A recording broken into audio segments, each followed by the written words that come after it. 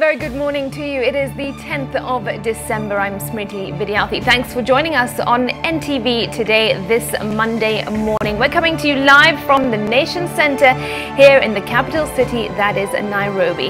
Remember, this show runs from 9 a.m. all the way through to 1 p.m. and brings you everything you need to know from across the country. We'll be bringing you the key stories today as and when they develop.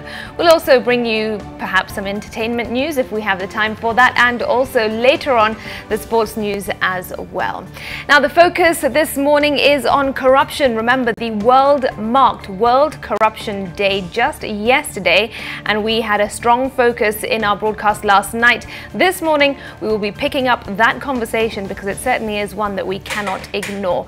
My guests in studio will delve deeper into that, but first let's have a look at some of those corruption stories. Now, police have arrested and suspended NHIF Chief Executive Officer Geoffrey Mwangi over the recent scandal that costed the Exchequer 1.1 billion shillings in a contract for the provision of integrated revenue collection services. Now, the arrest of the CEO, who was sent on compulsory leave last month, was a win for the operation that incorporated the participation of over 30 senior detectives in pursuit of 20 senior government officials facing corruption charges. The operation had hit a snag when the 20 had switched off their phones on Friday, dropping off the radar, which made it hard for the detectives to track them. Well, just 4 suspects remain on the loose in the manhunt as police intensify their investigations. The NHIF CEO had appeared before the court on the 26th of November alongside the NHIF Chief Finance Director Wilbert Kurgat for failing to honour a court order requiring him and other officials to cooperate with the investigators probing the alleged misappropriation of funds at the National Hospital Insurance Fund.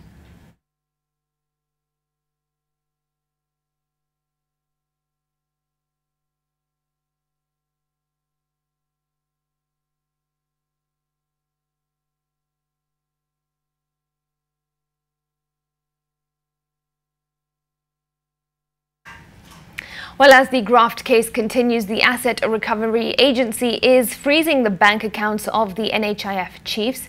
Kennedy Mureithi is following that story at the Milimani Law Courts, and we'll get more from him later on. All right, still on graft, and there are other stories. One is that the Amani National Congress leader Musalia Mudavadi has dismissed claims that the war against corruption is tribal. Mudavadi has expressed support for President Uhuru Kenyatta's efforts to fight corruption in the country, asking leaders not to politicize the matter. Speaking in Kikuyu constituency at the PCEA church, Mudavadi said that corrupt individuals were hiding behind their tribes being targeted in the war against corruption, yet when they stole from the public, they did not do so on behalf of their communities. Mudavadi called on politicians to support the president's fight, arguing that it would be a perfect legacy for the head of state in his last term in office. And there are going to be challenges and sideshows to try and give the impression that his quest for righteousness, for a just society, is a tribal fight. No, Uhuru has not embarked on a tribal fight. He has embarked on the fight against corruption. Let us stand together, let us encourage him, let us push, and for you as the church, don't let we politicians derail you. The judiciary may be the final backstop in the quest for justice, the administration of justice. But the church is bigger than the judiciary. Now, the Ethics and Anti-Corruption Commission yesterday announced that the fight against corruption in the country had registered remarkable achievements after the anti-graft body recovered some 488 million shillings lost through graft. The Commission's chairman, retired Archbishop Eluid Wabukala, said that the EACC was in the process of tracking 14 illegally acquired public assets estimated to cost 2.3 billion shillings. Proceedings. Here's NTV's Oko Okusa.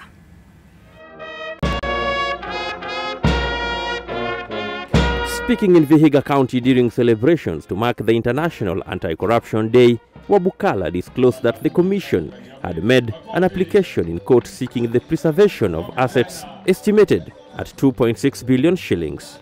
Last year, we took public assets, which people had taken worth 2.3 billion.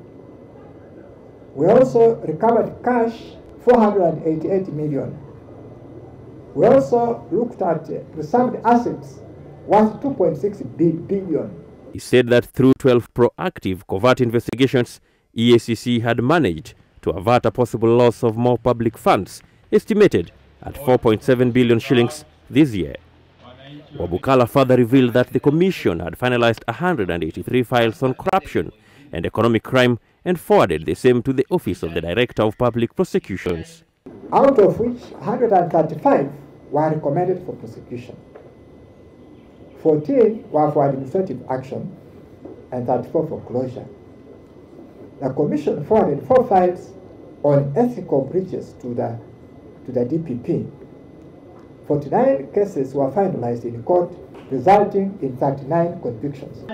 Vihiga County Governor Wilbur Tichilo and his Kisii counterpart James Ongwae, who attended the event, called on the government to deal ruthlessly with those found culpable of graft. Mimi naonelea lazima tubadilishe sheria zetu ili kwamba ufisadi iwe capital punishment. Ukipatikana na ufisadi, capital punishment inasema kwamba ufungwe maisha ama unyongwe. Oko Okusa, NTV.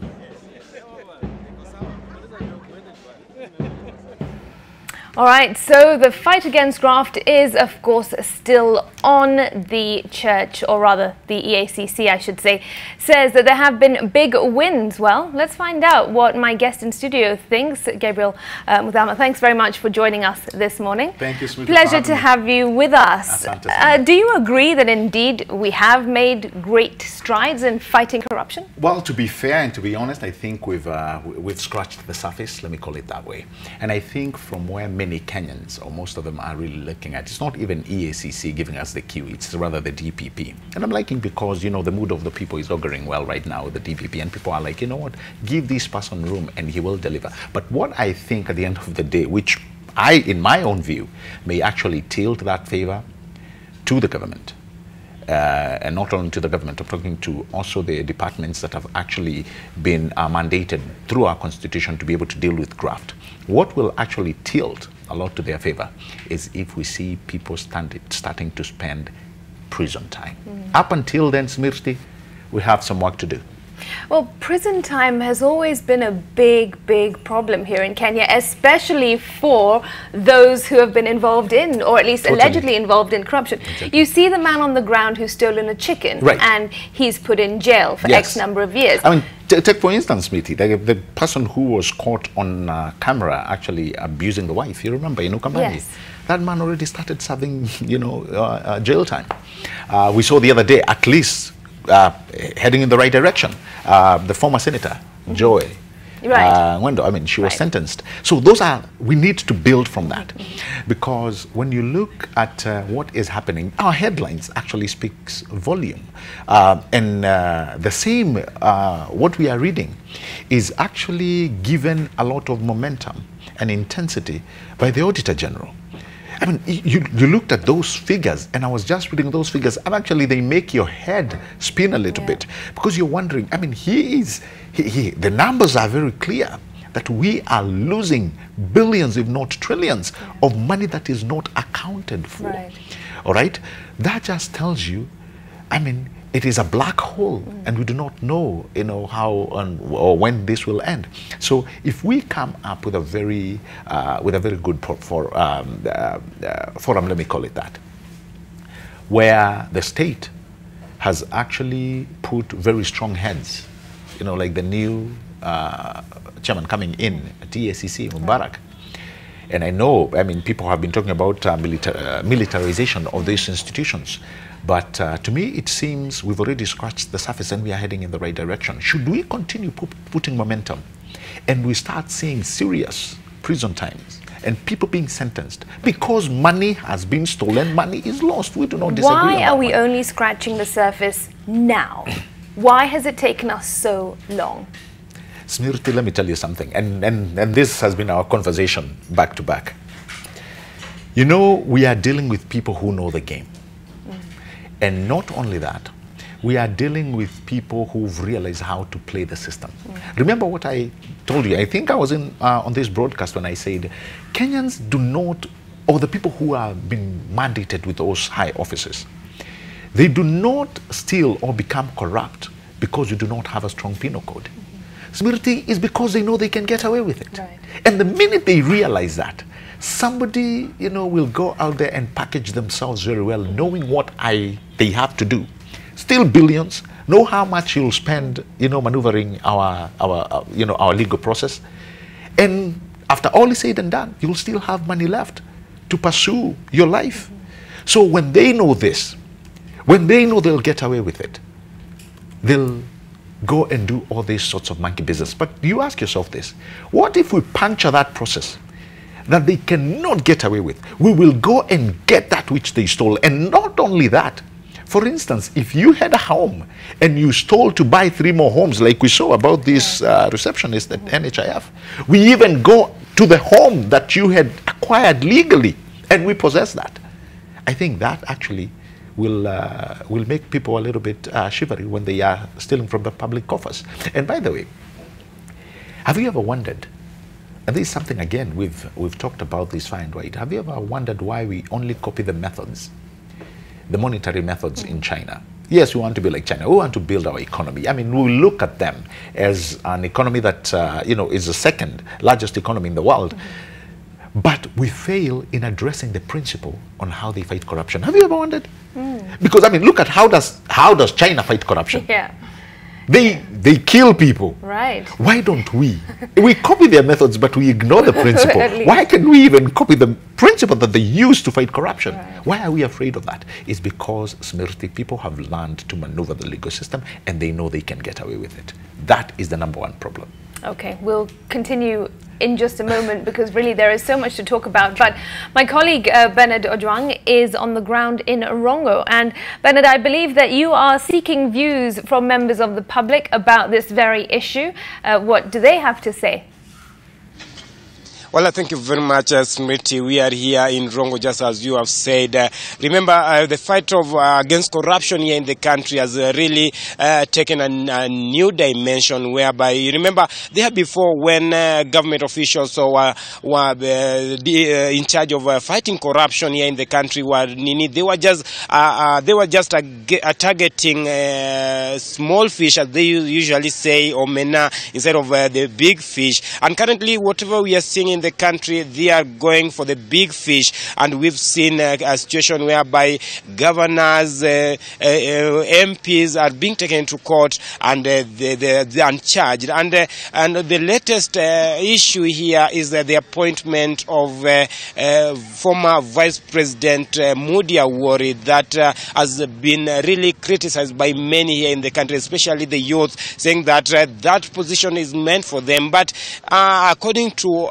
elderly people in the country, they are saying that Mudi fits that post, and saying that many youths have been given the opportunity and they have been misusing the funds, and this time round they have hopes that that department will succeed. And now with me here, I have some Wazeis here, and we are going to talk to them and just to get their views on the fight against, what they think about the fight against corruption here in the country. Join me, mzee. You'll start with your name, utaanza kwa majina, utuambie hii vita ya ufisadi humu nchini iko namna gani? Asante sana.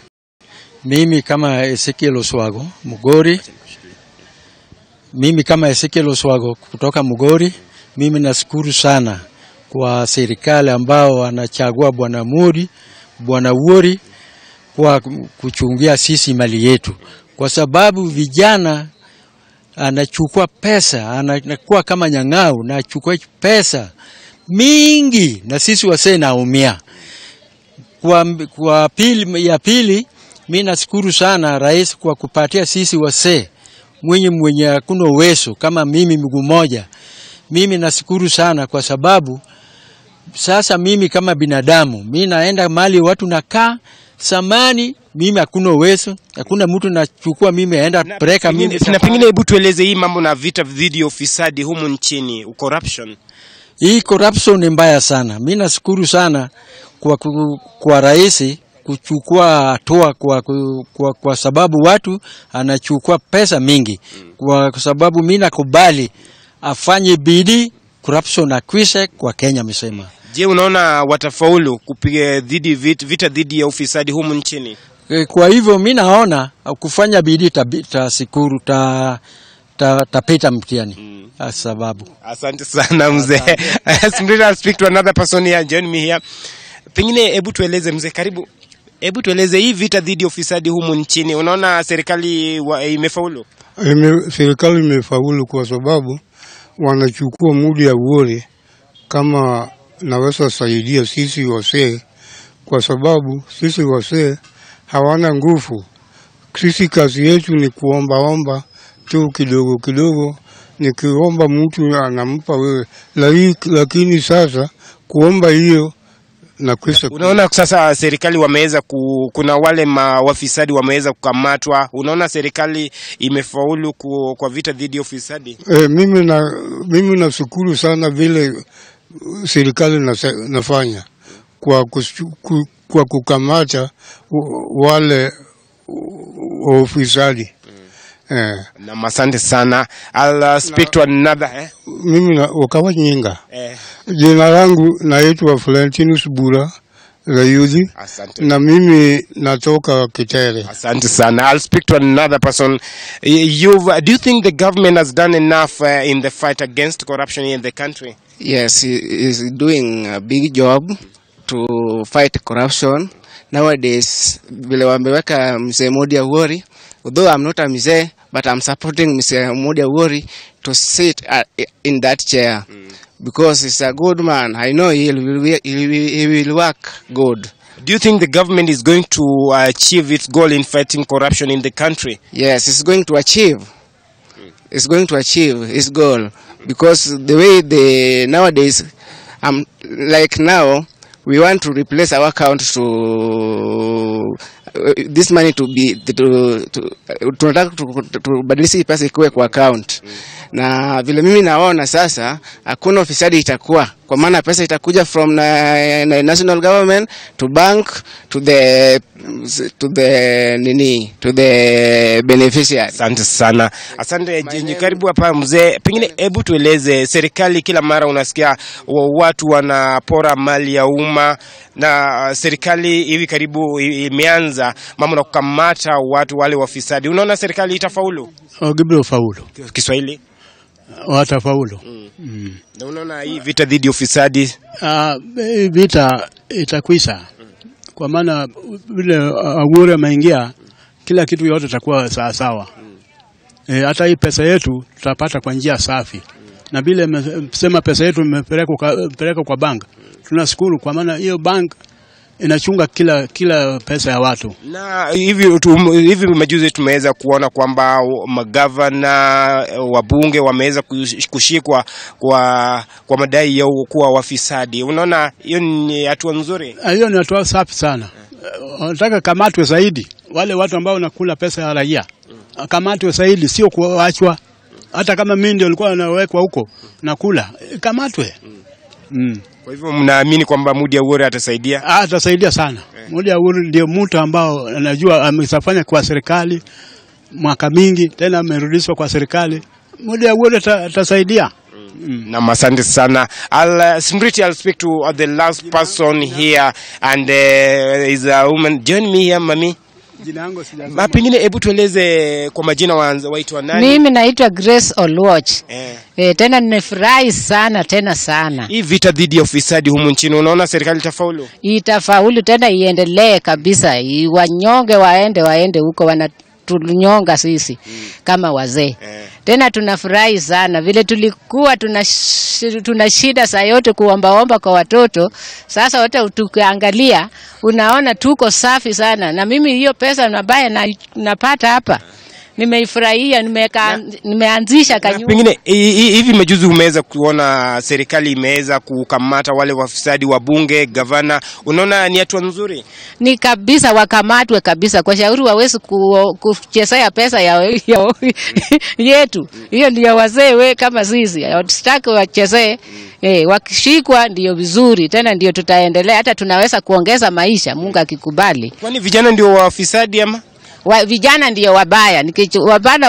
Vijana wakipata hawawezi kutumia vile sisi tunatumia. Unajua sisi tukipata tunaweka kwa mfuko. Ni kijana akipata anatoka nayo saa hiyo tena anaharibu, hakuna kitu anafanyia. Well, thank you very much. Asante sana. Smriti, you've just heard from the elderly people here. They are really supporting the appointment of Mudi Awori, and also they have talked about corruption issue. They are saying that the government seems to be achieving its goal in fighting against corruption, and they are saying that the government should continue without sparing anybody, and they are saying that those people who have been mentioned in corruption cases should not be left behind, and they should be arrested and arraigned in court and be charged, and also the money that they have achieved through corrupt deals should be repossessed and taken back for the benefits of common mwananchi. Back to you. Bernard, thanks very much.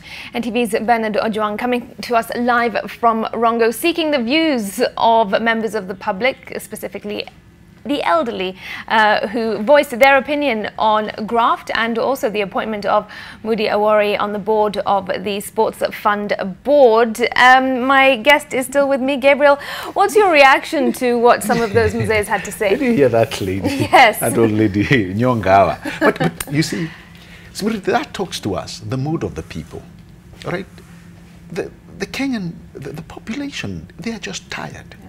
And you see, when they turn on to the government and they realize that they've been taken for a ride, that's why you'll see, they actually have no problem at all with the likes of Mudi Awori being appointed. And by the way, I think people are really actually hitting so much on Mudi Awori, because what the president did is just appointed him to a board where the man is just overlooking at funds. And it also goes on to show the frustration of the president when he did that. I mean, you could see, you could tell. Yeah. And those that have been very close to the president have actually failed him, if not most of them.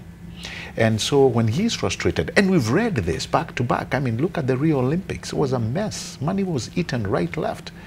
Money geared for sports. And this is almost like our national heritage. Yeah. You remember the youth fund. That was somebody close to the president, a friend, somebody, a friendship which has actually been minted over the years. And so if the president came from a frustration point of view, that can be understood. So, I mean, moving back to what these wazes are saying, you see, they have a point, because they actually encompass the mood of the people, what the country is saying. Right. And I think this is why I was saying we need to build onto it, because if you look at it, and I know sometimes it's good, sometimes it's more fun. It's not really fun. Fun is not the word. But sometimes when you read this in our local dailies, you can't help but laugh, because you're wondering that which we hold, or that which has been held over the years as virtues, Smriti, we look at those as the concomitants of failure. What am I talking about? Somebody who has worked for government for many years and has retired, having led a very honest life. What do you look at them like? They are failures. So like, ulikuwa kwa serikali, kwani ulikuwa unafanya nini? We have, these are things we ask. Huyu alikuwa kwa serikali, alikuwa mtu mkubwa, but you have, people expect you to show a lot. But the things that we detest, are greed, egotism. Those are actually looked as success. On that note, the youth are criticizing President Uhuru Kenyatta for appointing Mudi Awori and for implicating that the youth of today are corrupt. Is that a fair perspective? Because not all the younger people are corrupt. Now, I'll tell you one thing, what I took actually from what the president said. One, that's why I think his talking of frustration, I think, may not have augured well with the Kenyan youth, because they thought the president is actually pointing fingers at them and saying, you guys cannot do this. Right. And I don't think that's really, I don't want to say probably that's not the point the president was making, or really that's the point that he was making, but I think, even as youth, for us to step up to the plate, and I agree, the youth must be given the chance. They must be given the moment. There are so many youth in our country who have proved or who have proven themselves. And we have very great and good examples of young men who have taken institutions and made something good out of them. I can name so many that I know who have actually risen, and they've taken whatever they had, whether it's a company, whether it's an institution, they've taken it with it and they've built something out of it, which actually Kenyan society can be grateful for. But also at the same time, we've had so many who have followed the paradigm of the recent study that was done, where the youth say they don't mind being corrupt. So you have so many as well who have built on that. But I also think there is something that we did to our youth, most of them, that has actually led to them not creating value. What am I talking about? And this, I actually detested it from day one. The tendering business. Smriti, we cannot make and we cannot bring our minds to only think that you can only be successful by working with the government. Find any person, and I'm glad there was a senator the other day who actually brought it to the floor of the Senate. And he said, the common belief in our country is that you can only grow wealthy if you work with the government.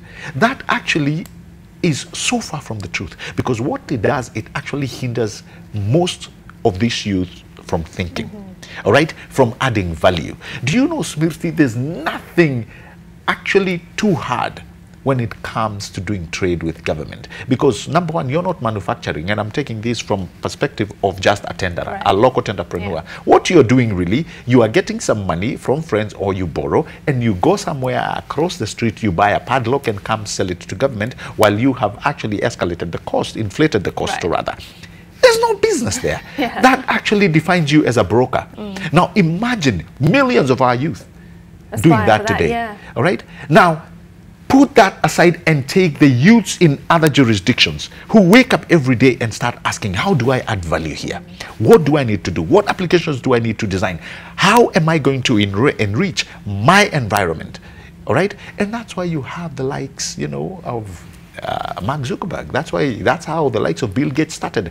These are inventors. And I'm not saying we do not have those people in this country. And these are the people we need to encourage. Let us show them that being an entrepreneur is not all that. As a matter of fact, I think we need to relook again into that particular element of entrepreneurship, because it's actually driving our youth nuts.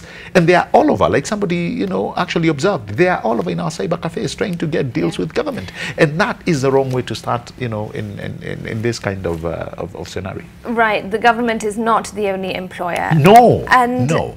On the point, though, of the president perhaps feeling frustrated about corruption and being let down by his people, there is also the argument that the president can turn to the Constitution. There is a law that prescribes very clearly who should, you know, be employed into government and hold such positions, but also what can be done if, you know, they do not perform. The president has the right to, for example, just simply say, you're out. Why do you think that it is perceived that President Uhuru Kenyatta tends to complain that, you know, what am I supposed to do, he questions, as opposed to just simply turn to the Constitution and act? Actually, that's a very good question. You see, actually coming hot on the heels of what we saw in the previous first year, when, you know, his first term, at that time when he went to Parliament and actually, you know, brought names out there of the people who were at that time perceived to be corrupt, the likes of Engineer Michael Kamau, the likes of Ngilu, the governor of Kitui. I think and he's mentioned this in several meetings where he said, you know what, you told me these were the corrupt people, and I burnt my fingers, and you know, these were my friends, and every time they look at me and said, okay, you threw us under the bus. So probably him coming from that mindset may actually put him into a kind of a slow gear.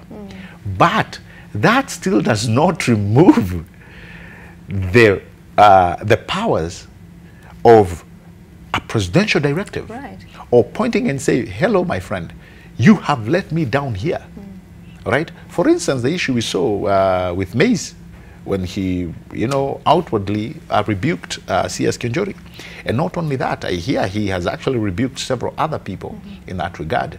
And to me, I was also asking the very same question. Mr. President, sir, fire these people. Right. Get them out. You have the data. You know what they've been doing. And I'm actually liking where the TPP is going with this. He's saying, if you have been implicated in corruption, please step down. And but please step down. Yeah. I mean, which cabinet secretary, which person, however. I agree with it. Nobody will. So this is where the presidential directive must come in. Right. And I hope the president is actually looking at his performance Rolodex. He's like, you know, let me look. Any person implicated must not wait for the president to fire them. Because I feel, and you know, I'm just throwing it out there, I feel there's an X coming very soon. And it better happen sooner, because the more these people stay in these offices, the more funds they are able to steal. Right. And the issue against Smriti, we have to be very clear that the same powers that have given the president the powers to, you know, run his administration under the Constitution and using legal means. I'm not saying that he needs to walk away from the parentheses of the law. I mean, he needs to be within the law. Sure. Whatever he has, whatever decrees he has to make must be within the law. But I would also feel that once somebody steps aside, or once somebody has been let go, or fired for that matter, the buck should not stop there. We should follow these matters to the logical conclusion. Because when somebody is stealing, he knows very well that I'll be sacked. That is the worst that will happen to me. It should not end there. We need to follow them to the darkest hole and ensure that they pay, whether it's through restitution, whether it's getting, you know, whether it's freezing their bank accounts, whether it's what we are reading today, that we go for their assets. I think that is the only way, Smriti, I feel we are going to win this war on corruption and ensure that we set an example for those people who are coming into those offices. Of course. And also that's the other thing, because just last week, I was sitting down with a group of youths, and most of them who are actually disturbed by the utterances of the president. Right. And I will shock you what most of them were saying. What were they saying? They were like, you know, if we are in those positions, most likely we'll do the same. Really?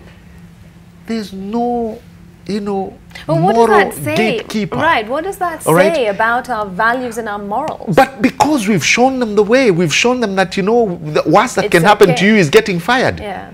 So really, if I get a chance to steal $1 billion, why wouldn't I do it? Yeah. Why wouldn't I do it? There's one story actually, which is actually very good. You remember back, and this is an example we talk about back in the United States. You remember there was a fellow, actually why Starbucks, and this is a technological term. Right. Why Starbucks? It's called Sarbanes-Oxley Act, if I'm not wrong, which came to play. It was after Enron and Arthur Anderson. The American government destroyed a company that had about 50,000 employees called Arthur Anderson. Wow. Because of accounting malpractice. A company was destroyed. A company that was making lots of money. Barney Madoff, so to speak. That gentleman received 150 years in prison for messing around with an institution. You see, you do not joke around with a platform that is a development engine. I mean, our taxes, NHIF, you know, these are things you should not be joking about with. Because the minute you start joking about with such instruments. You will go all the way to what these old men are talking about. The NSSF, you have been putting into the kitty ever since you got employed. For 40 years, you've been paying your dues, and you retire, and then you still have to follow that money from office to office to office. The system, Smriti, the system should be waiting for you with open hands to receive you into retirement, having known very well that you have been producing and you have been working tirelessly to put money into that kitty, which has gone to do other developments project. So they should be waiting for you in retirement with open hands. But instead, that is not what is happening. You have to get out, you start running, you don't have the energy, office to office, to get your malipo ya uzeeni.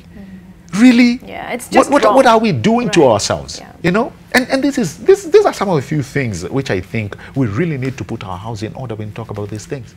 And it all has to do with corruption. And on the issue of morals and values, you mentioned earlier that, you know, people who are implicated or suspected of being involved in corruption should step aside and not wait for the president to fire them. Why do we have that difficulty in stepping aside to pave way for investigations or even resigning? Is it just simply greed? Not only that. Greed, of course, is one of them. But the other thing usually is thinking what I told you earlier on, thinking you'll get away with it. Half of the time you've put that lens out there and you've realized who will come to investigate you. The thing is, what will they want? And that's why so many cases don't go through. Because the first thing you do is you interfere with investigations. And so many people have known. Remember what I told you about our penal code. We have some of the strongest penal codes in the continent, if not in the world. But people know which buttons to push, who to see, who to call. And up until very recent, so these people are falling all over until you got a new DPP and a DCI and now somebody coming into EACC. These are the hopes we have, right? And that's why I say, you know, the president actually did a very good thing to bring these people in, because they have shown you this can be done. I am liking it that we have governors who are brought into the court system, and you know they have money. That is the message we need to send. So you're telling somebody to resign, well, already they've actually marked their getaway plan. Somebody knows, you know, I'll spend 10 million to give to the investigators who will come. And then before, you know, you people know what is happening, that story has ended. But if we have that machinery that keeps reminding us that this is not going away until it gets, or until it hits the final logical conclusion, Smriti, let me tell you, we are going to set pace. And that is what we require to do. That's what needs to happen. All right, well, more on that, Gabriel. But for now, though, let's take our viewers to Kisumu, where NTV's Oka Okusa is standing by. And Okusa, of course, later this week, the president is set to tour the region. And, of course, that is the region that is stated as the opposition. What can you tell us, rather? Well, Smriti, as you've mentioned there, yes, the president is expected here on Thursday to launch the Universal Health Coverage Scheme. That is on Thursday. And of course, this is his first visit after the famous handshake with the opposition leader Raila Odinga. And there is a huge expectation among residents here, a long wish list of residents here that they expect to give to the president when he gets here. Of course, we are talking about revival of sugar industries, creation of employment. We are talking of eradication of the water hyacinth in Lake Victoria, and of course, there's a basket full of expectations from residents here, which I will just allow some of them here to tell the world on their own. Okay, we are very much, by name I'm David Ogeche, a resident of Kisumu town. We as Kisumu town and Nyanza in particular, we are very much happy for the planned visit of His Excellency, the President of the Republic of Kenya, Honorable Uhuru Muigai Kenyatta, for having taken his ample time to come to this side of the country to show solidarity, particularly after the general election which passed just gone by. In fact, it is a statesmanship for the presidency to come to this part of the country. Yeah, because we as Kisumu people and Nyanza, as a whole, we really welcome him to be here. Yeah, because as the father of the nation, he has got so many goodies to bring to this side of the country. Let's mention some of the goodies that you expect the president to bring to the people of this region. Yeah, the goodies we expect the president to bring along this area, we've got, the factories, the last of Kikomi needs to be revived. We've got things like the sugar sector. We've got Miwani factory, Chemalil and Moroni. There are certain of the certain of the factories we expect to trap the president when he comes this side of the country. He should revive them. At least, it should be, come back to revival. They should be revived. Okay. Yes, and maybe the cotton factories as well. There are so many. I know when it comes along, you'll be coming with his entire maybe cabinet, yes. And they'll be having a lot of goodies for us, my friend. Okay. Thank you very much. Let me hear from. I'm just asking the Kisumu people to come in their numbers to receive the head of state. Yeah, because they will not go home empty-handed. Okay. Yeah, thank you very much. Thank you very much. Yes. Just move a little closer. Start by introducing yourself. Yeah, I'm Johnson Oyuga Odongo, a Kisumu resident. Now, we are expecting Mr. Uhuru Kenyatta, the president, to visit us on Thursday. So I hereby apologize, I hereby urge all the Kisumu residents to welcome the president, and let's forget about the past and focus on the future. We expect him to bring a lot of goodies, like launching the universal health coverage phrase to continue. You know, nobody would want to be left behind, and when the president brings you good things, we should not fight him back. Let's just welcome him. Let us forget the past and focus on the future. We expect Mr. President, and we are sure to welcome him very much. Thank you so much. Okay, let's take this gentleman here too. Just start by introducing yourself.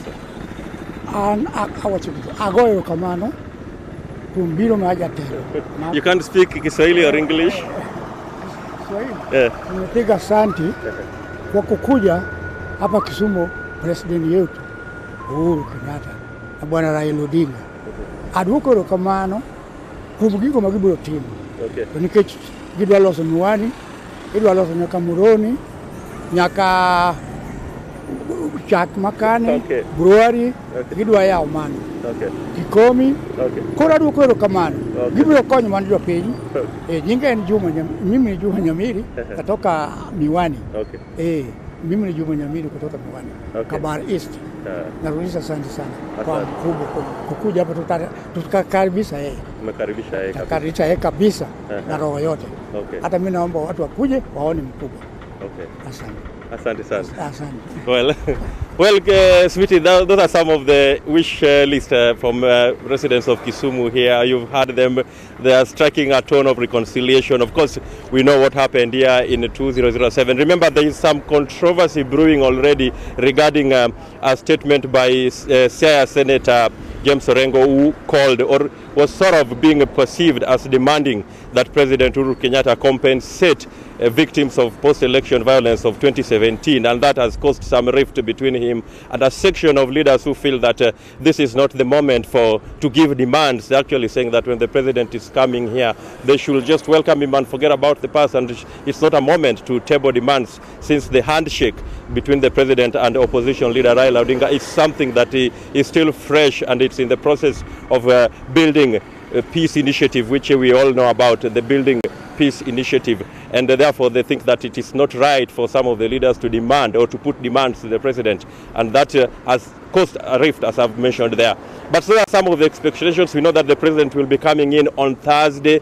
The event, which is the Universal Healthcare Coverage Program, is supposed to be held at Mamboleo Showgrounds. That is what our sources are telling us. They have remained tight-lipped. Most of the authorities have remained tight-lipped on the exact venue so far. We've been trying to get information from the county police commander, but he's remained tight-lipped. He's saying that they haven't gotten much from the organizers of this event, but all they know that is that they are prepared and security has been beefed up to receive the president when that day comes.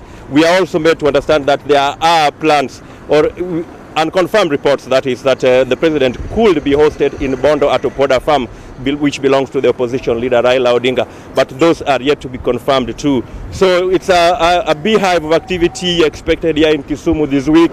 Preparations are in top gear. We have seen a lot of slight developments here and there, and of course it is in the air that there is a big event coming up soon here. And as you've heard from the residents, the wish list is long, Smriti.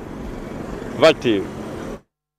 Kusa, thank you very much. Great to see you and hear from you and also your guests there on the streets of Kisumu, where, of course, President Uhuru Kenyatta is expected later on this week to preside over the launch of the universal health care. That should no doubt be an interesting visit. I'll speak to Gabriel about that in just a moment. But first, let's take you to Murang'a. NTV's Martin Mwara has some perspective from that county. Martin, over to you. Good morning, Smriti in studio, as we are coming live from Murang'a town, where we're going to talk to Murang'a residents on an array of issues, including corruption, the runaway corruption. Now, as you have said clearly as our topic for today, corruption has become a thorn in the flesh. Kenyans and Murang'a residents, we just want to get their views on what is ailing the country. Maybe some of them have the solution to what can be done to end this runaway corruption. Now, I'm coming live from a place known as Bunge, Murang'a town, where taxi drivers, businessmen meet and discuss some issues that are affecting them directly or indirectly. Now, I'll be talking to them to give me their views about this issue of corruption. Has the Jubilee government more corrupt than the other regime? What is the issue? What is maybe likely going to be done to make sure that this corruption is going on? Now, I'll be talking to my first guest here. Na nataka unianzie na majina. Na wewe uniambie unaona mambo ya corruption kwenye nchi unaona iko namna gani? Kwa majina mimi naitwa Lawrence Mugure. Mimi ni mkaaji hapa Murang'a na mimi ni mwanayuthi, kwa hivyo mimi nikusema mimi ni kijana. Upande wa corruption naona tumefinyiliwa sana juu sasa corruption imekuwa mingi mpaka watu wengi wale wanafanya corruption wanaiba pesa wanaweka kwa nyumba, kwa hivyo hizo pesa hazifikii wananchi. Kwa hivyo tungeomba gava ishughulikie hiyo mambo ya corruption, ishike wenye wamefanya corruption na imalize kama pesa ya 1000 ili wale wameficha pesa kwa nyumba watoe ndio zifikie wananchi. Asante. Maybe maoni yako tu kwa jina na niambie maoni yako kuhusu corruption. Okay, kwa majina naitwa Kang'ethe Maina. Vile naona hii serikali haiwezi kumaliza ufisadi. Kwa maana unasikia wale ambao wanatafuta wafisadi ndio wanakuwa wafisadi. Tukiangalia kama serikali ile ya zamani ya Kibaki ilikuwa totally, yani ilikuwa imefanya kazi vizuri sana. Na tena ikalise carpet ili watu ambao watakuja wafanye job. Lakini badala ya kufanya job wao wameingia kwenye corruption. Na sasa mtu akiimba pesa za wananchi, yani unasikia watu wa jamii yao wakisema watu wetu wanaingiliwa. Na vile unaona wale wanasika hizo pesa hawasipelekee jamii zao, ni za wao wenyewe. Kwa hivyo vile ninaweza sema sisi yani ni vizuri sana tuepukane na habari ya jamii, tuongee kama wa Kenya. Mtu akiimbia tunamuona yeye ni Mkenya, ameiba Kenya. Kwa hivyo asikuliwe jambo fulani ama afinywe ama arudise zile pesa. Sio kuelekea kule kwa mahakama, wanapatiwa bodi wanarudi. Wakati mwingine wanasimama na wanapitishwa wasimame. Wanaingia huko kwa ofisi ama wengine wananominatiwa. Sasa itapigwaje? Sasa ni lazima hao wale wameimba waitizwe zile pesa ambazo wameimba ili sirudiziwe wananchi. Haya. Asante sana. Okay, umejua Kenya kumekuwa na mambo ya ufisadi. Maybe kama mlipa ushuru ungetaka tu maoni yako kuhusu corruption, ufisadi kwenye nchi. Mimi naitwa John Mwangi. Mimi naweza sema hivi, sisi kama wa Kenya tumechoka na corruption. Tunasikia tu corruption every day, tukiamuka corruption. Tunataka Uhuru afanye jambo na makoti ifanye jambo. Sio kusikia watu wanashikwa kila siku ni mabilion. Na tunasikia serikali ati imerecover pesa. Na zile pesa tunasikia imerecover ni pesa kidogo sana. Tunasikia ni mabilion imepotea, lakini zile tunasikia zimerecover ni mamilioni. Sasa tunataka kuuliza hizi mabilioni zingine ziko wapi? Sasa sisi tunataka watu washikwe na wafungwe. Sisi tunataka kusikia watu wakifungwa, kwa sababu sisi tumefinyiliwa sana na hii mambo ya corruption. Ndio naona pesa kama wananchi haitufikii sawa sawa. Ndio naona hata huku ground hakuna business, imeenda chini, kila kitu imepanda juu ya hizi mambo corruption. Na pia sisi hatutaki haya watu wanasema ati wanataka kujiongezea mishahara. Sisi hatutaki hiyo maneno, kwa sababu wakiingia kwa bunge walikuwa wanajua hiyo mshahara ndio wataenda kufanyia kazi. Sasa sisi tumechoka, kila mtu ni corruption, kujiongezea mishahara. Sisi tunataka watu wafungwe ndio tufurahie, na zile pesa zote wameficha huko ngambo, serikali iende ichukue hizo pesa zirudishe hapa, ndio siweze kufanya maendeleo katika nchi yetu. Hiyo tu ndio naweza sema, kwa bia president aweke nguvu kwa hiyo nini ya corruption. Yeah, asante. Asante sana.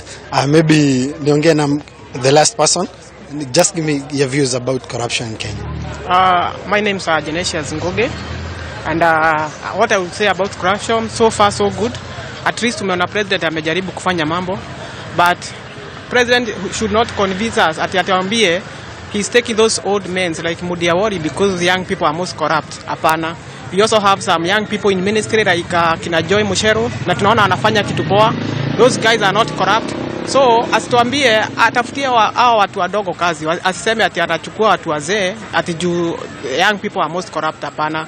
And we should also say congrats to the DPP. Tunaona anafanya vizuri sana, anakamata, lakini kwenye kuna baki ni huko kotini. Watu wanashikwa, wanakamatwa, after wamefika kotini they have just released by a board. So that's why corruption unaona sometimes ina diva kupigana nayo juu kama mtu atashikwa leo kesho wako free. What's about that? Tusiseme ati mtu wacha mtu akamatwe, na those people are talking about tribe, waache kutalk about tribe, because fight against corruption is not about any community. It's about hiyo ni kitu ya Kenya mzima. Let those people are corrupt washikwe, wakamatwe na wawekwe ndani, na huko kotini tuache kusikia stories about if someone is corrupt, wacha afunguliwe mashtaka na apelekwe kotini. That's what I would say about corruption. Yeah, lakini rais atituambia anachukua watu wazee ati because we young people we are corrupt. Hapana, asituambie hivyo. Yeah, we have leaders, some young people who are not corrupt. We also have Nandi governor and young person na si corrupt, na ukilinganisha na magavana wengine wazee bado wanaiba pesa. So asituambie story ati anachukua wazee juu we young people we are corrupt. Hatutaki kusikia hiyo maneno. Atafutie watu wadogo kazi. Yeah, young people. Yeah, we need jobs. Yeah. Thank you so much. Yeah. Okay. Smriti, as you have heard, those are just some of the views from the Murang'a residents. Excuse me. Now, as you have all heard, these people are saying the government need to put up its game on the fight on corruption. Taking you back to studio. There from young men in the county of Murang'a, NTV's Martin Mwara coming to us live from that county. Thank you. We are approaching the top of the hour. It is 10 o'clock on this Monday morning and you are watching NTV Today with me, Smriti Vidyarthi. The focus this morning is on corruption. It's all over the headlines. It needs to be talked about. When we come back, we will continue my conversation with my guest here in studio. Do stay with us as we just bring you some pictures right now from the Milimani law courts. These are live pictures from the courts as yesterday police did arrest the suspended NHIF CEO over a scandal that costed the exchequer 1.1 billion shillings. He had appeared in court late in November and now Jeffrey Wangi is expected in court this morning. So we will be crossing over live to the courts later on as and when this story develops. On your screens, live pictures from Milimani law courts. We're back in a moment.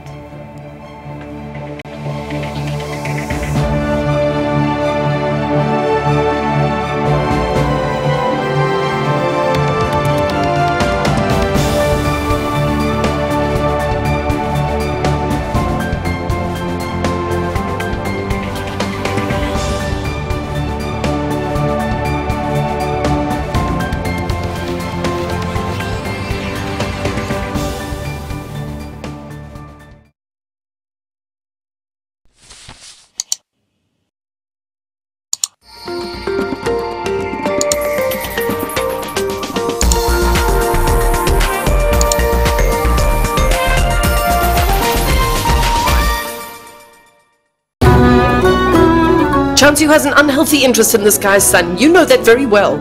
And you're putting that family in our lives, risking our family's privacy. Why don't you stay? I've stayed here long enough to realize that you are a partner in your daughter's lies. What are you accusing us of? It's nonsense. We did everything we could. We offered everything we have. We're just human. Amazing Christmas and end of the year offer. Get a quarter-acre plot at 395,000 Kenya shillings. Secure it with a deposit of 20%. SMS plot to 21595 for inquiries. This year, Christmas comes early for our Daily Nation vendors. We pay you extra in 3 fantastic ways. Maintain your target and earn a bonus every week. Sell an additional 4% and earn an extra bonus, or sell 5% and get even more. Daily Nation, the truth. Terms and conditions apply. Enzo got beaten up and injured because of his half-brother. What if he brings bad people into the campus? What if he... Hey, Enzo! Calm down. Tell me now, Enzo! Stop. Tell me you're not hiding something with the way you're acting! Joseph, stop it! Nitaweza shape my own future. This is thanks to the M-Pesa Foundation Academy. Tunasema asante. The sun is coming out, so let's... This holiday on NTV. You can come along with me and be there always by my side. Hello, it's a brand new day. How do we look? Oops. Oh, you look positively super. Gracias. Here in Nina's world. Watch great cartoons. Now we can get to Tio Javier's faster. Vámonos. I'm afraid of dancing. You're dancing now. Each and every one of you makes Safari a wonderful place to live. Say you sabi dance like me. Shabby, you want to dance, sabi? You want to dance, sabi? You say you sabi dance like G3 Jams. I feel like turning it up. It's so good. I don't even know how to explain it. G3. I feel like turning it up. Breaking it down. Come on. Children's Delight. Fun for kids of all ages on Saturday morning. Gonna be the best day ever. Come on, come along and play.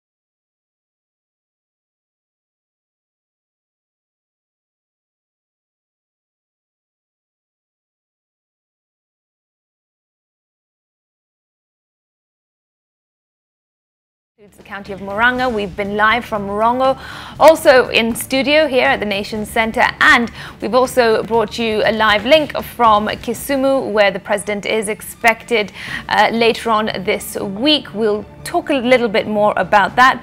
We've also brought you live pictures from the Milimani Law Court, where the NHIF former NHIF CEO, or the suspended one, is expected at the courts this morning. So there really is plenty going on, and there you have the pictures on your screens. In fact, coming to you from the Milimani Law Courts, the DCI detectives arrested Jeffrey Mwangi again yesterday, and he is expected to be present in front of the court. And we will, of course, bring you more as and when the morning develops. But also, what else is happening today away from corruption and to the county of Mandara? Now, what's happening there? It is the very first Somali Cultural Week, and that is going to be hosted in the county of Mandara. NTV's Sharon Baranga is live on location. This, of course, seeks to celebrate peace and diversity. It is something that is certainly needed. No doubt there's going to be plenty of life and colour. Let's cross over to NTV's Sharon Baranga, who's on the ground. Sharon, what can you tell us? What can we expect? Thank you, Smriti. From this county, we say Suba Wanaksan, Habari ya Asubuhi, Sabalheri, good morning from the county of Mandara.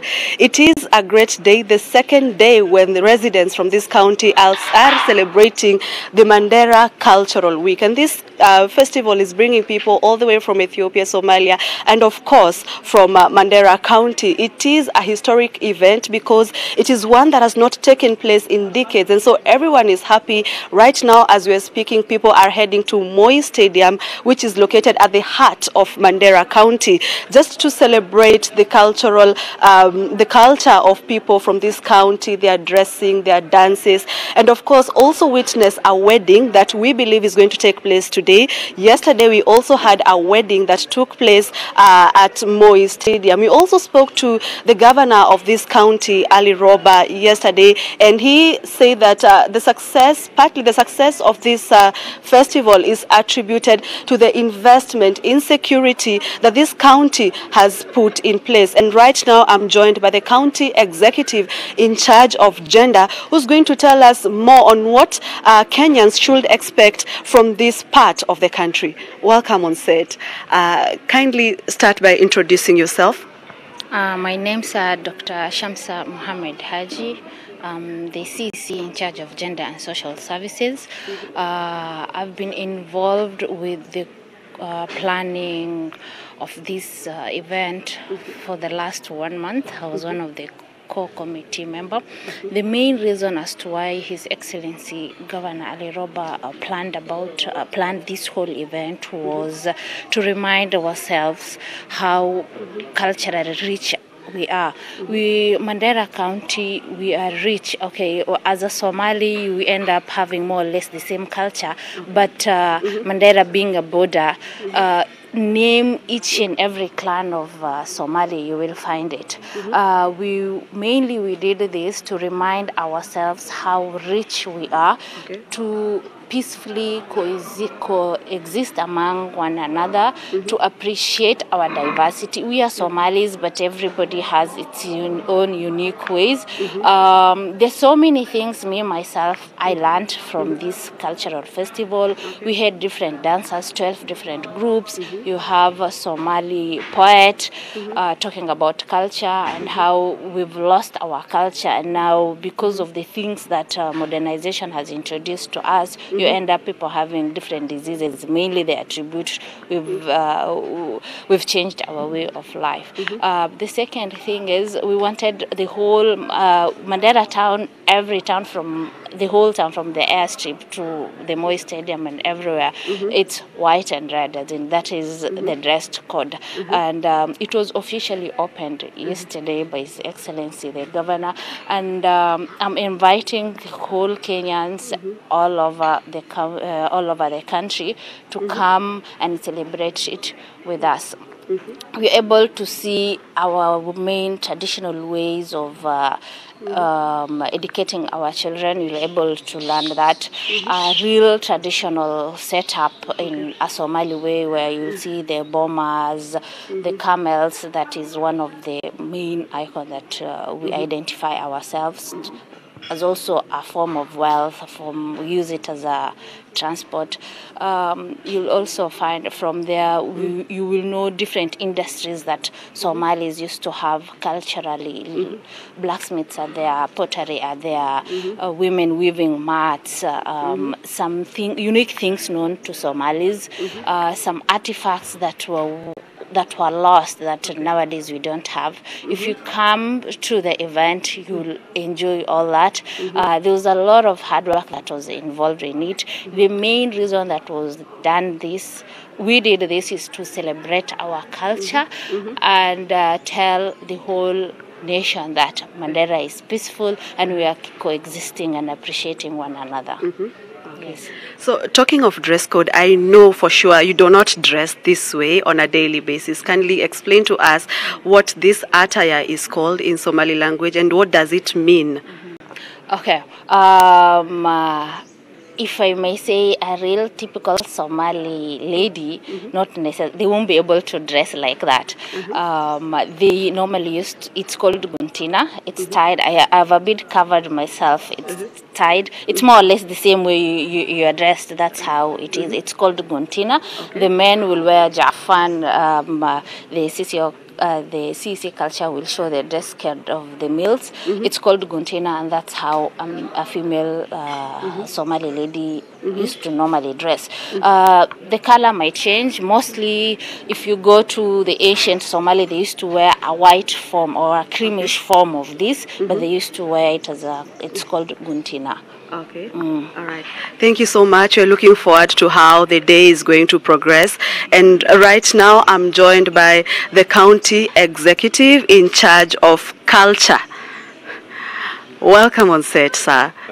So kindly start by introducing yourself, then tell us what should Kenyans expect from this festival? Thank you. My name is Izzuddin Abdullahi, the CEC in charge of education, sports, culture, and tourism. It's a great event, and it's an event of its kind, taking place for the first time for the last 50 years. What we are currently doing is we'll be showcasing the traditional learning system that we're having, which is also called Duksi. With that, after that, there will be a traditional wedding that undertook yesterday that will be taking on for the next 2 days. It's a real wedding, together with a homestead. The homestead that the whole environment, together with the traditional boma, that there is the camels, goats, how our people used to live in the previous period. Our heritage, the main element is to preserve our heritage and traditions within this old setup, and it will be an event that will be being undertaken each year. In addition to that, there will be also a caravan. This caravan, which is also called Orofaile. This caravan, they normally used to migrate from different areas while they're looking for pastures or during drought period. There will be a whole caravan together with the accompanying horses, and it's replicating what used to happen in the previous generations that we are currently forgetting. We just opened up the state-of-the-art museum, which will document and preserve all this cultural heritage and history that we're planning to undertake. So earlier on, the governor informed us that you've really invested in securing Mandara County. Will you kindly tell us exactly what you've done as a county to ensure that security is maintained in this place? Thank you. Mandara is open for business. Mandara is secure. We have been working with different partners together with the local communities. Prior to this event, we engaged all our sub-county administrators, our sub-county security committees, the local chiefs, opinion elders, leaders, religious leaders. We were working cohesively together in order to prevent future upcoming tribal clashes, inter-border clashes, and in addition to that, we're also working with the regional governments in Ethiopia, in Somalia, and in Kenya. With this event is not only a cultural festival, it is an event that is promoting cohesion, peace building within the whole region. We're working down from the local, from at the sub-county ward level, up to the regional level. So Mandara is open for business. We are conducting this festival still nighttime, and we have not had any single issues. Everyone is working for freely, and we are in a festival mode. We welcome all Kenyans from all around. We are having a lot of, even with the immense support and the visitors that have been coming up, we were not prepared, and we are really happy the outcome that this event has generated. Okay. Yeah. Thank you for that invite for, sent out to every Kenyan. But we have Kenyans out there who might feel that non-locals, I'm sorry for using that word, that non-locals are not welcomed in this place. And it's something that people from this area are really not comfortable with that because they are welcoming. So tell us, what have you put in place to ensure that people who are not originally from this county feel comfortable coming or visiting Mandara? Thank you. Even the tag that we're calling non-locals, it shouldn't be used. We are all Kenyans. Each Kenyan that lives in Mandara, they have the right to live, to celebrate with us within this area. We have an association of also people who are not resident but who are working in Mandara. We have Kamba dances that will be coming in.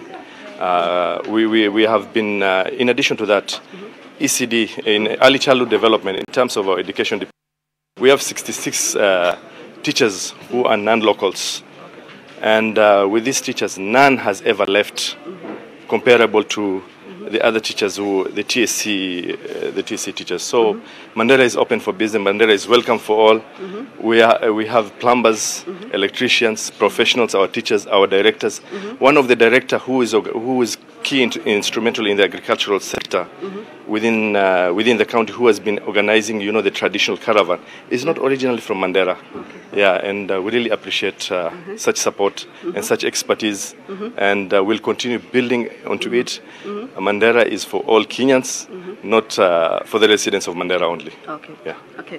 And lastly, we can see that you're smartly dressed in white. Will you kindly explain to us what the attire means to a Somali man? This attire, the sunglasses not included. This is the imama. It's normally used to cover the hair and during prayer period, and this is the jafan. Normally there is no white t-shirts. Normally it's just two traditional piece of clothes. It's to signify purity in Islam. We normally concentrate on purity and cleanliness. So it's a traditional garment. It's just two pieces, and there used to be a leather belt.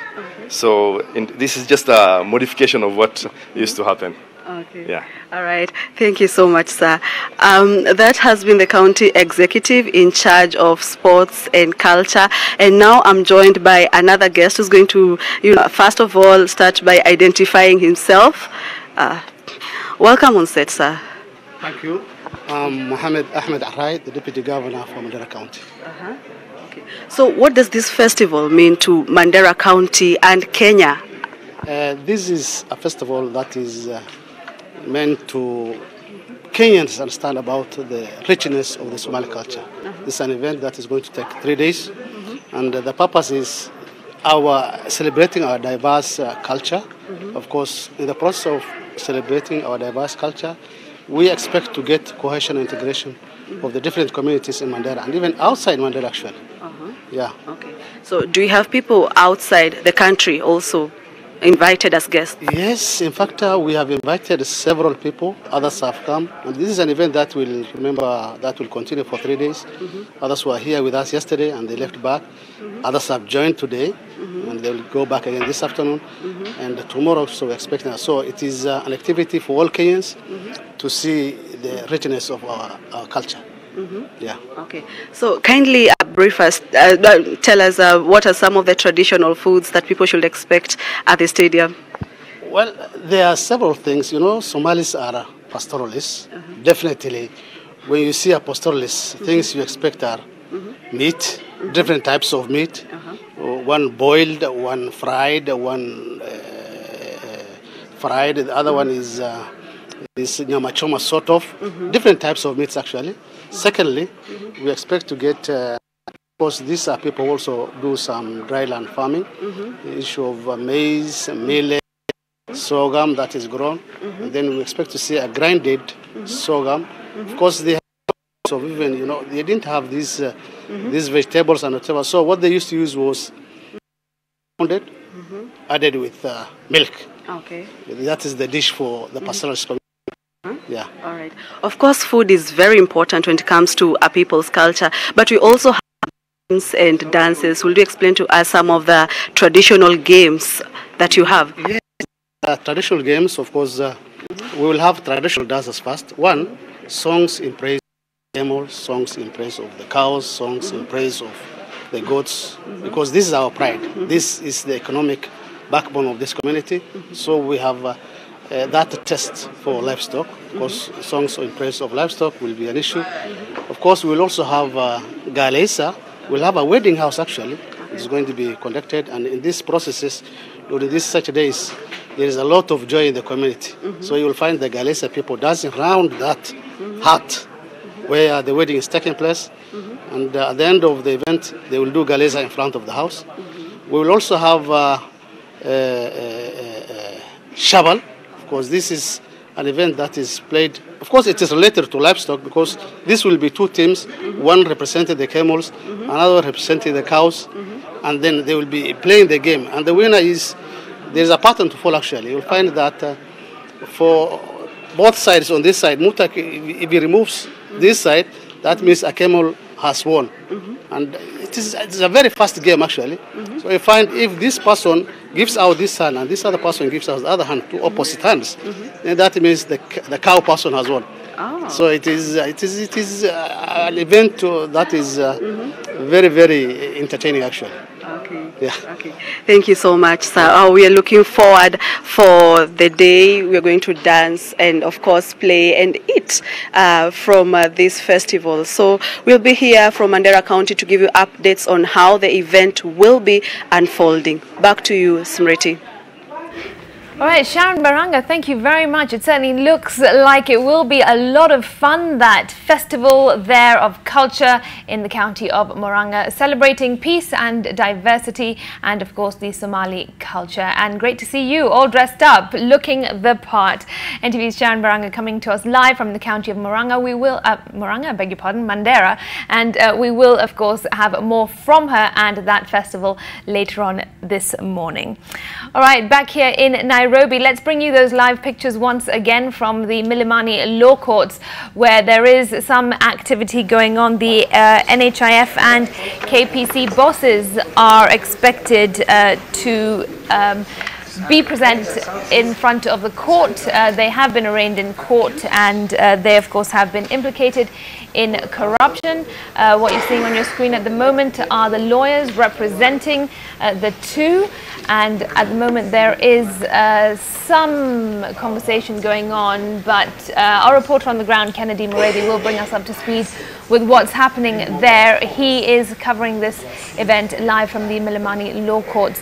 Remember that the suspended National Hospital Insurance Fund CEO Jeffrey Mwangi was arrested yesterday by the DCI once again, and this over that scandal of 1.1 billion shillings. And this arrest really did come after a protracted sort of cat and mouse game between detectives and also the CEO. There were other individuals that the DCI were looking for. They turned off their phones, making the hunt rather difficult. But of course, some of them were eventually found. And now the court proceeding will take place later on this morning, and we will be keeping an eye on for you.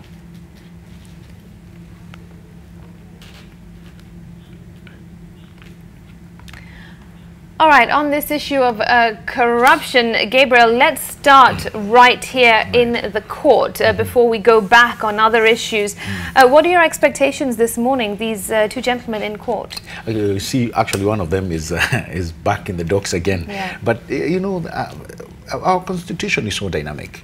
And, you know, the same way the DPP, we expect him to have put a very good case, you know, out there in the courts. We also expect them constitutionally, they have a constitution, you know, right to try and manipulate the system, the legal system, you know, as much as possible. So that's why you're seeing they have some of the finest lawyers, criminal lawyers that you know in town, and that's their right to do that. So my hope is that the DPP has also put a very, very, you know, good case, you know, that's watertight, and you know, if that is, you know, that being the case, then I think we leave everything at the feet of the judiciary. And I think, you know, somebody was just making this observation that judiciary must also read the mood of the people.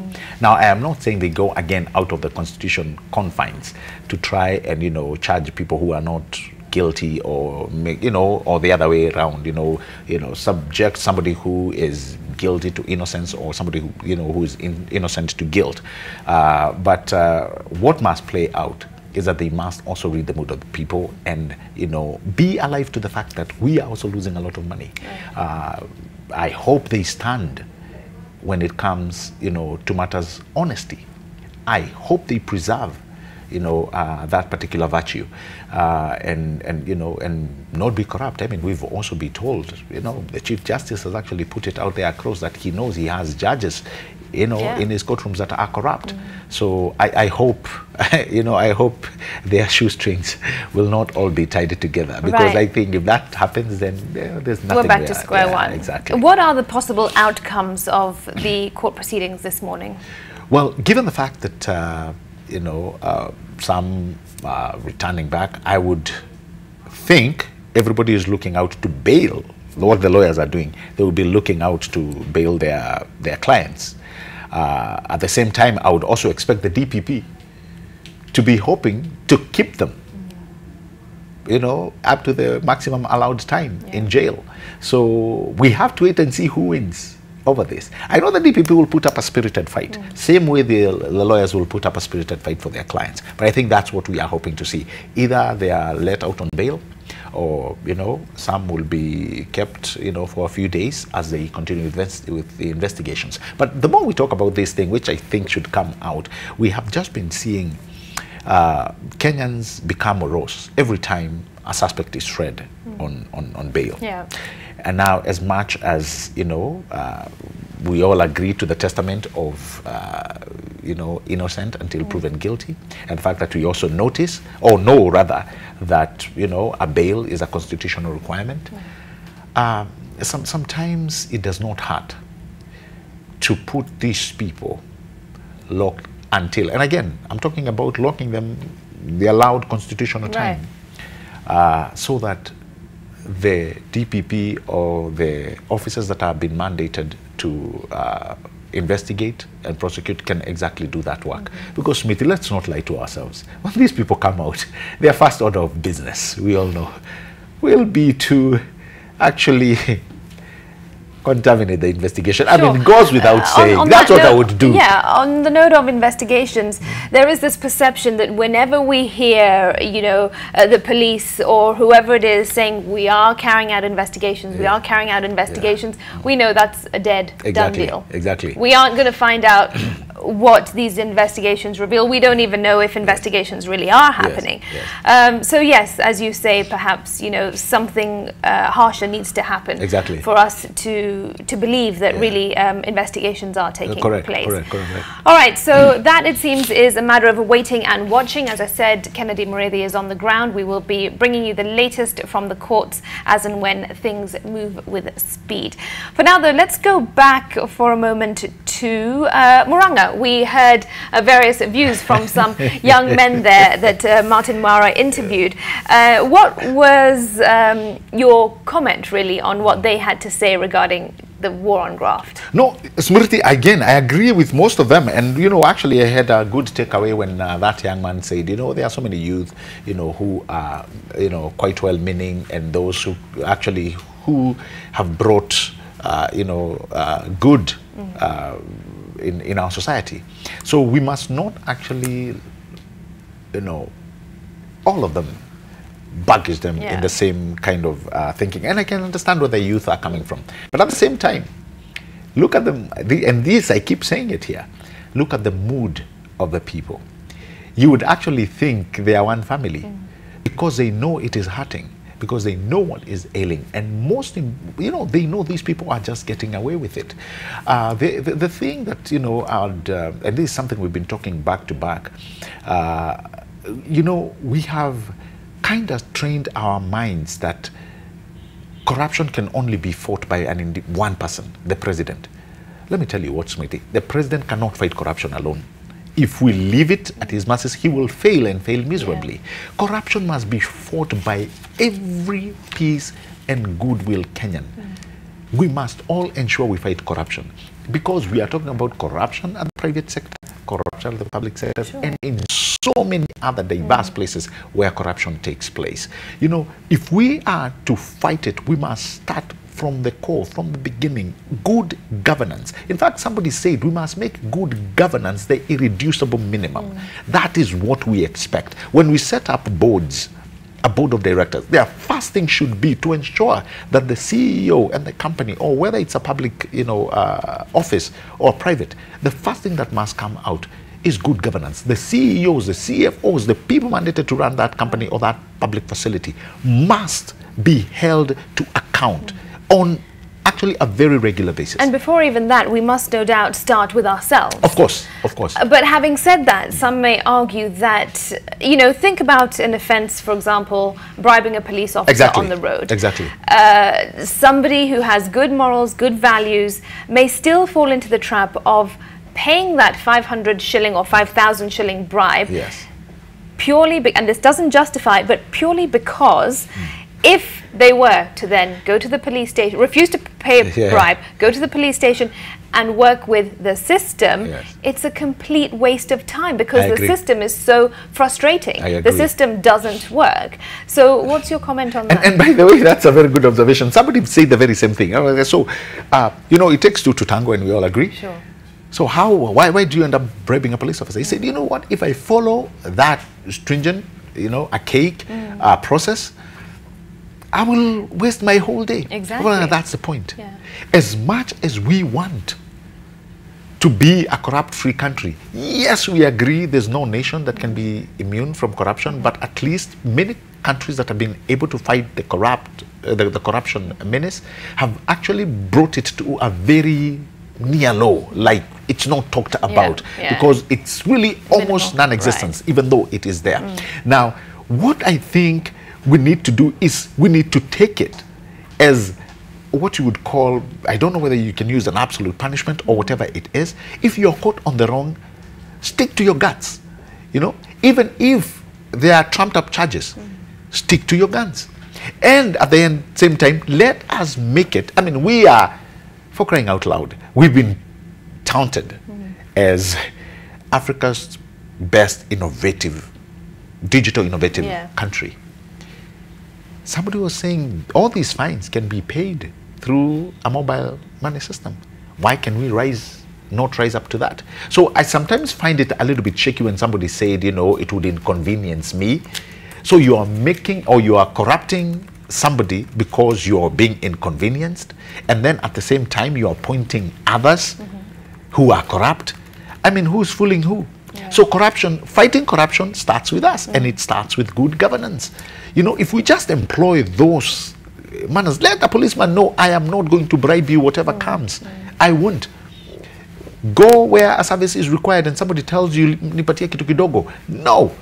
Let's live up to that true meaning. And what role does the media have to play in the fight against corruption? Because the media is key in exposing a lot. True.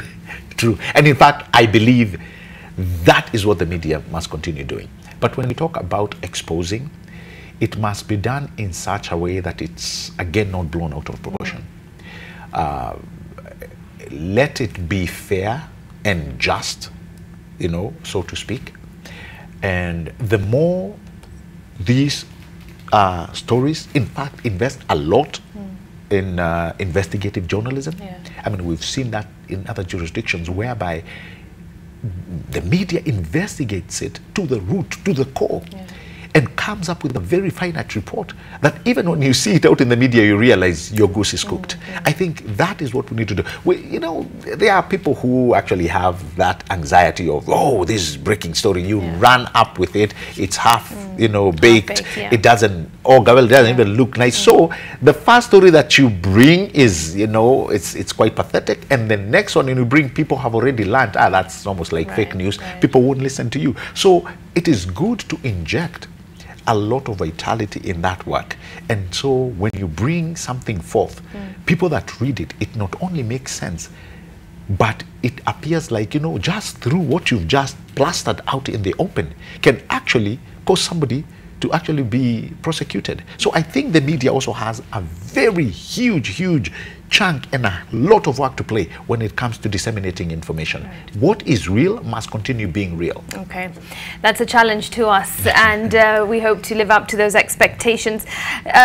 We also went live to the county of Kisumu, where my colleague NTV Oko Okusa spoke about the president's visit to the Nyanza region later on this week to launch the universal healthcare. That will be interesting. It will be interesting on two levels. One is the political, and we cannot you know, not fail to talk about that. I think this is the first time the president is heading to that region after a very long time. So there's actually that great expectation, and we have to wait and see what politics will play. The handshake obviously has actually allowed this to happen, and that's why most of the time I actually think this, you know, the study that was done about, you know, 80% of Kenyans supporting the handshake and saying it's bringing peace and all that, that actually the president visiting the lakeside actually has, you know, has been made possible because of that handshake. I think probably if that wasn't the case, then we would have, the president would have received a lot of heat if he was to go in that region. But now I think we have to wait and see what, so politically, it will be, we have to see what kind of friendship will be mended. And I say mended because I believe it has already started taking root. The other thing is actually what you've just said, universal healthcare. You know, sometimes I feel sorry for the president because, you know, that is the area that has received a lot of heat last week and this week with NHIF, you know, with the equipment that we've seen the governors, you know, have they been complaining, they were not involved. We've been told that there are equipment lying idle in hospitals that, you know, so it would be good to see how the president really shuffles all this, you know, and whether he'll speak about NHIF, and I hope he does. You know, as much as we have people who have been taken, you know, to who are today in court because of the very same thing, I think it will open up, or it should open up a rather very solid discussion. By the way, don't forget, we still had the same issue of NHIF when the governor of Kisumu, Anyang' Nyong'o, was the minister for health. You know, with Bev Mugo at that particular, you know, at that time back in the old Nusumkate. And, you know, NHIF, even at that time, people were saying it was being robbed right, left. So I think, Smriti, we have something coming up this week that will require a lot of sober discussions. Okay, well, we certainly look forward to that. For now, though, let's just take a breather from the topic of corruption and take you to the county of Nakuru, where my colleague Joshua Makori is on the ground because we are expecting the Coca-Cola Continental Tournament to kick off there. The permanent secretary in the Ministry of Education, Belio Kipsang, will be addressing that opening ceremony. The first game is set to be between Kenya and Ethiopia, and as I said, Joshua Makori is on the ground. Joshua, what can you tell us?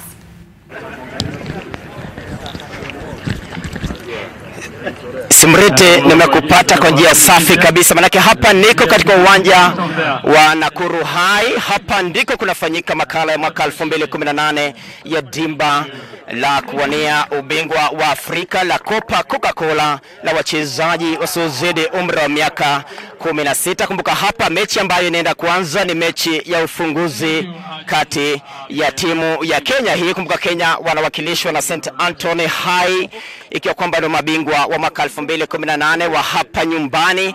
Alafu inakuwa kwamba Ethiopia ndo wanakuwa nakipiga dhidi ya Kenya, mechi ambayo ni ya ufunguzi kabisa katika uwanja huu wa Hapa ni Nakuru High, manake mechi ya finali itakuwa katika uwanja wa Furaha, ikiwa kwamba dimba hili. Kukupa tu historia fupi kwa kiduchu ni kwamba Kenya inawakilishwa na timu mbili, ikiwa kwamba ni Moi Girls na Ngili, ikiwa kwamba ni upande wa wasichana.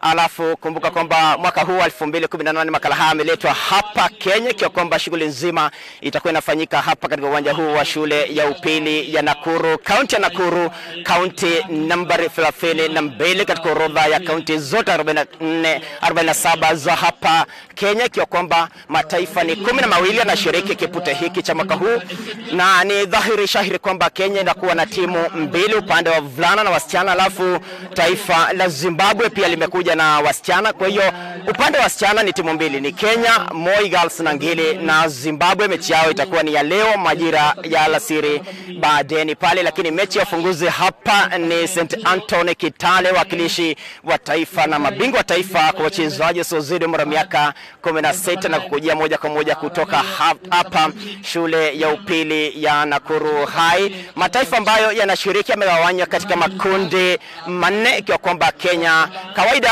yule mwenyeji anapangwa katika kundi la A, akiwa kwamba anacheza nyumbani, yuko kundi la A pamoja na Ethiopia pamoja na Botswana. Kwa hiyo kila kundi lina timu tatu: Kenya, Ethiopia, Botswana ni kundi la A. Alafu kundi la B lina Nigeria, Zambia na Zimbabwe.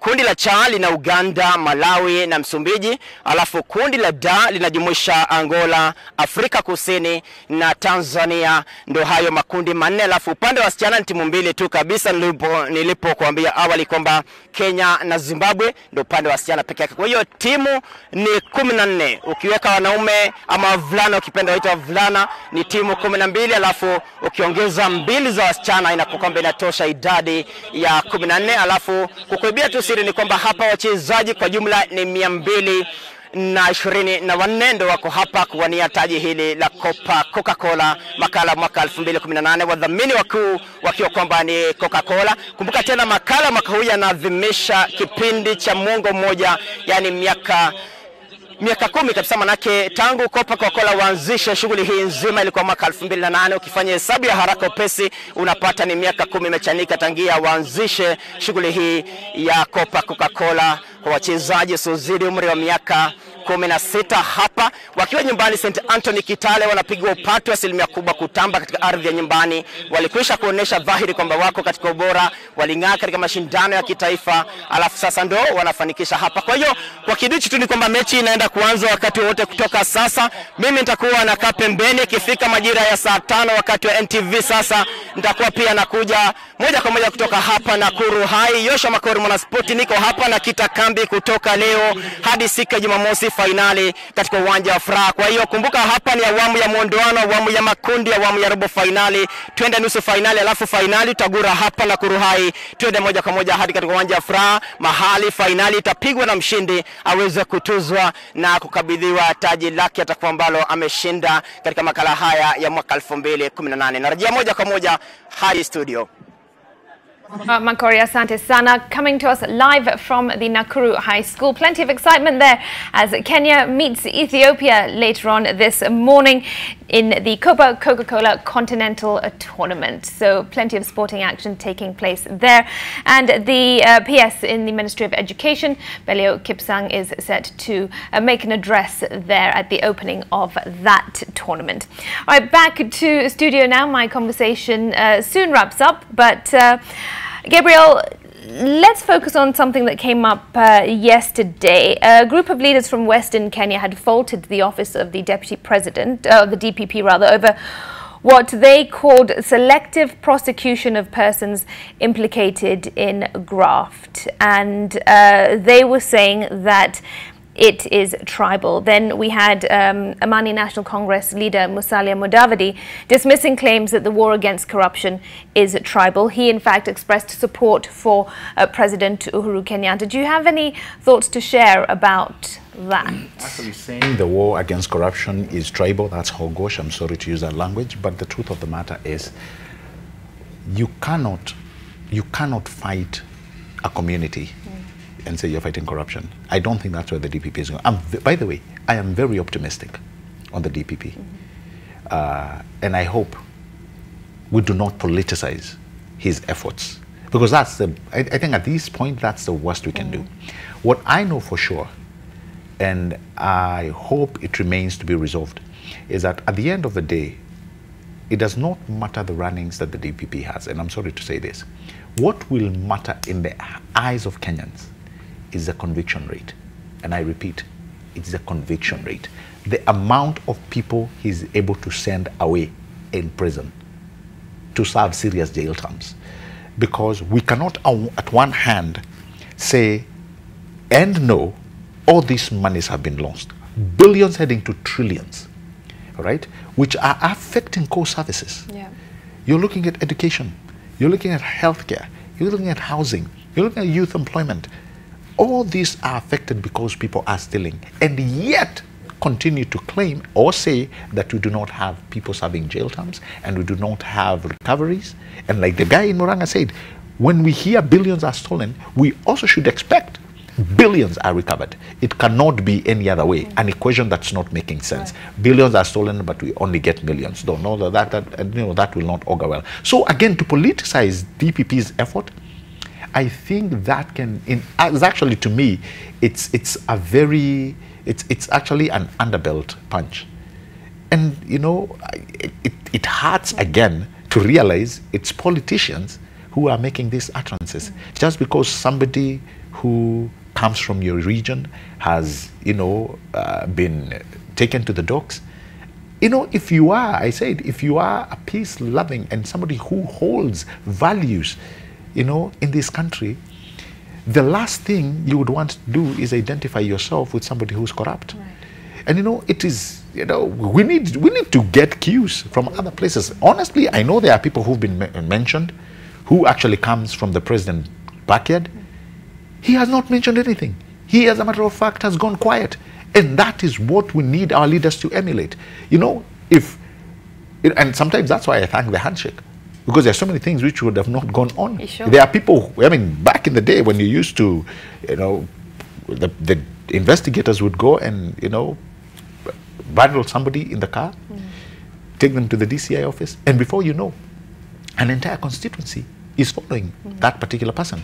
It is not happening now because Kenyans are becoming wiser by the day. This man or this woman did not steal in the name of our community. He stole for himself to benefit himself, him and his family. And if people are starting to get that, I think let the axe fall where it may. If you are caught or implicated in corruption, carry your own cross. Yeah. All right. It does, however, seem that you are rather optimistic when we talk about the way forward. I am very optimistic. And the reason why I'm very optimistic is because, you know, we cannot continue punching every office that, you know, is set up to fight corruption. At one point, we must support. And that's why I'm so much supporting the office of the DPP because of what I've seen him do. I am going to support the DCI because of the work that I've seen them do. I am going to support the new person coming into EACC, you know, Mubarak. And I hope they can marinate their services and give us convictions. Remember, why I'm so optimistic is because I can see it's heading to a right direction. And this is where most Kenyans must also come in and support. You know, sometimes, you know, back in the day, and I hope we don't do it this time around, we've just been throwing kicks at every office setup. And by so doing, we end up, you know, castigating, you know, these offices. For starters, let us support the president for once and say, you know what, we are fully behind you. Just like what many other Kenyans have come and said, whatever it costs your president, go after these people. And, you know, he has done what the Constitution allows him. He's put a very good DPP, a DCI, and, you know, somebody at the helm of the EACC. So let the judiciary also read that cue. Right. You know, it's no longer business as usual. Let's make that sound, you know. And if the judiciary honestly are to do their work, given what we've seen, you know, given the testaments from the Auditor General, given the testaments that we are receiving, money that are getting lost, right, you know, left and center at our counties. You know, Smriti, you cannot tell me the judiciary cannot stand to be counted on this one. Yeah. Because I honestly believe after all other institutions are done and these people are presented to the judiciary and to the judges and the magistrates and the courts do their due diligence and they do their work without interference, I can guarantee you we are going to change this society. All right, well, let's certainly hope so. But I'm very optimistic, so all to right. speak. Well, on that positive note, Gabriel, thanks very much for your contribution You're on welcome. NTV Today this morning. It has indeed been an interesting conversation about the war on graft. There is so much going on. Yesterday, the world marked the World Corruption Day, and today in the headlines, you've seen the newspapers, the headlines, it's all about corruption, and also here on television, we've been bringing you pictures from Milimani Law Courts where a proceeding will soon take place about the NHIF CEO and also KBC boss over huge scandals. Some serious faces there. Lawyers are present. NTV's Kennedy Mureithi is on the ground. We'll be linking up with him later on this morning. For now, though, we say thank you very much for joining us on NTV Today. We've been coming to you live from across the country, and NTV Sasa will continue to do so. That starts at 11 a.m. I'm Smriti Vidyarthi. Bye-bye for now.